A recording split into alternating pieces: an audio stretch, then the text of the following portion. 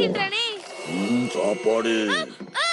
Jackie uncle, எதுக்கு இப்படி over shout பண்ணிட்டு ஓடி வர?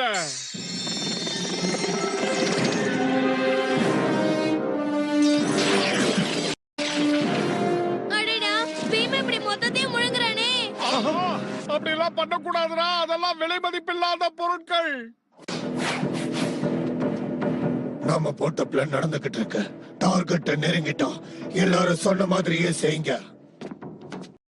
நாம இங்க இருக்கும்போது அவர் ஹெட்போன்ல யார்கிட்ட பேசிட்டு இருக்காருன்னு தெரியலையே. மூளை குழம்பிடுச்சுன்னு நினைக்கிறேன்.